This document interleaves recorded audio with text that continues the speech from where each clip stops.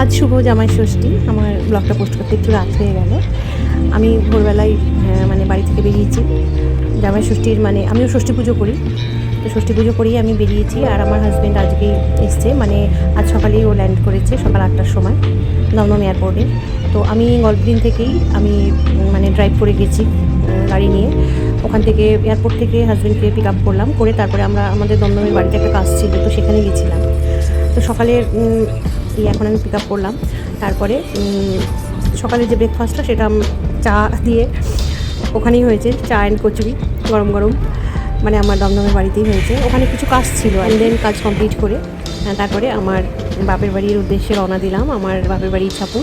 আমাদের একটু বেলাই হয়ে গিয়েছিলো, মানে আমরা বাড়িতে গিয়ে পৌঁছালাম 12:30টার সময়। আমার মা তো ভীষণভাবে অপেক্ষা করছিল এবং যাওয়ার সঙ্গে সঙ্গে জামাই ষষ্ঠীর সমস্ত রকম যে নিয়ম সেগুলো করলো, মানে পাখা দিয়ে হাওয়া করা, তারপরে হাতে হলুদ সুতো বেঁধে দেওয়া, ধান দুব্বো দিয়ে আশীর্বাদ জামাইকেও করলো, আমাকেও করেছে সব নিয়মগুলো। আর এটা ভীষণভাবে, মানে এটা একটা অনেক বড় পাওনা, তাই না? জামাই ষষ্ঠীর মায়ের থেকে ভীষণ ভালো লাগে এটা। আমার ছেলে মেয়ে আসতে পারিনি, মেয়ে বম্বেতে আছে, ছেলে ব্যাঙ্গালোরে আছে, সেই জন্য আমি আর আমার হাজব্যান্ডই গেছিলাম ষষ্ঠী করতে।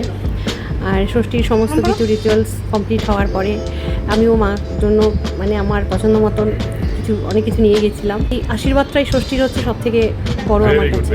আর আজকে যেহেতু শনিবার, আমাদের নিরামিষ হয়, মানে ভেজ হয় সব, তো মা প্রচুর রান্না করেছে, মানে আলু পটল এর ডালনা, ফুলকপির তরকারি, 5 রকম ভাজা, ডাল, শুক্তো, স্যালাড, পাঁপড় ভাজা থেকে শুরু করে, মানে পনির, তারপরে কি বলে ধোকার ডালনা, ছানা ডালনা, চাটনি, দই, মিষ্টি, ফল তো রয়েছেই।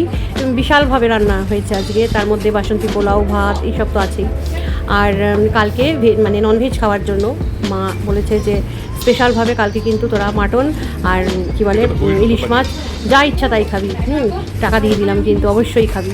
তো এইসব করে বেশ ভালো মজাও হলো, ভালোও লাগলো।